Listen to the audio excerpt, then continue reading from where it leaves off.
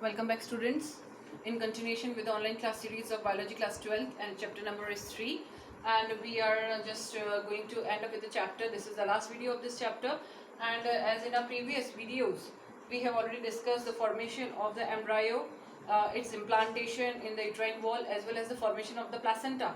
And we have also discussed about the organogenesis, how organs have been formed, and what is the gestation period, that is what is the time duration between the formation of the zygote as well as the birth period, birth time of the fetus. So this is all about how it was discussed.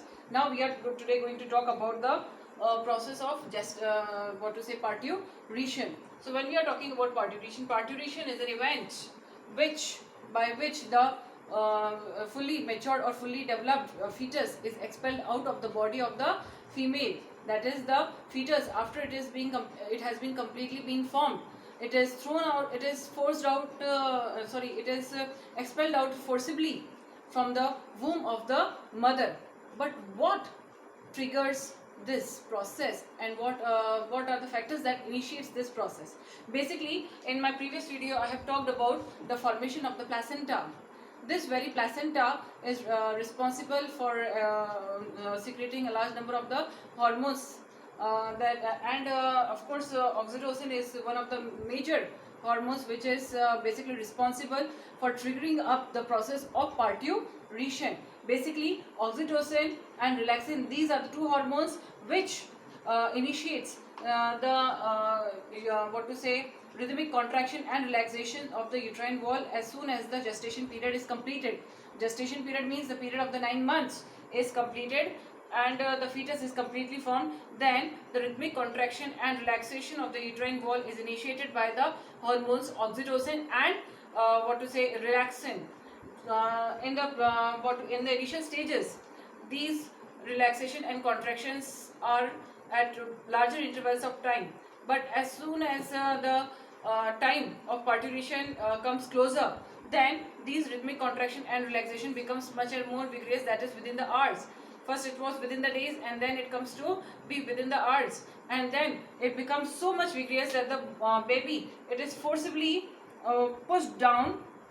It loses its contact with the uterine wall, and it is pushed down through the cervical canal and the vagina outside the body of the female. Then the placenta, which was acting as a bridge between the fetus as well as the mother, it also is expelled out the body of the female as soon as the process of parturition is completed, and this is known as the afterbirth. So this is how the process of parturition is initiated. After parturition takes place, another process which happens in the in the female human beings is that the lactation process begins. Lactation, it is the process of milking up by the female for the nourishment of the the newborn baby. So as I've already told you all that during the whole 9 months, the mammary glands, they become very much prepared for ejection of the milk, and then as soon as the process of parturition takes place, then after a certain period of time, the milk ejection is initiated, and as a result of that, the milk is secreted out, and the baby is first of all feeded with that. The very first secretion that comes out from the mammary glands are is a type of a liquid which is known as the colostrum. This colostrum, it is very much rich in antibodies, and therefore it is very essential for the newborn baby. So this is how the process of parturition and lactation is initiated in the human females.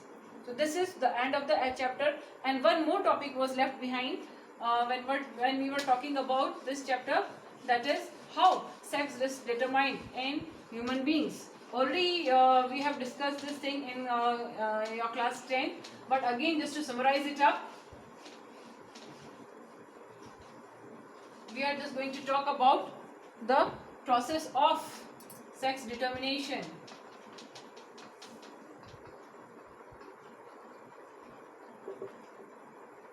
As we all know that the males, they possess, they are heterogamous in nature and therefore they possess XY gametes. And the females, they are homozygous, therefore they possess XX. Therefore at the time of the gamete formation, the males, they produce two type of the gametes, that is X and Y, and the females, they produce two type of the gametes, that is X and X. Now during the time of copulation, the random mating event takes place and there is a probability of X mating up with X, or again X mating up with X, and Y mating up with X, and again Y mating up with another X. So here there are 50% chances of the males being formed and the 50% chances of the females being formed.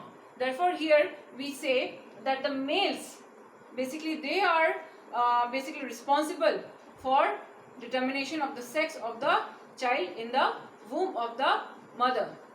So with this we complete our chapter, and in our next video we are just going to talk about our next chapter, that is reproductive health. Thank you.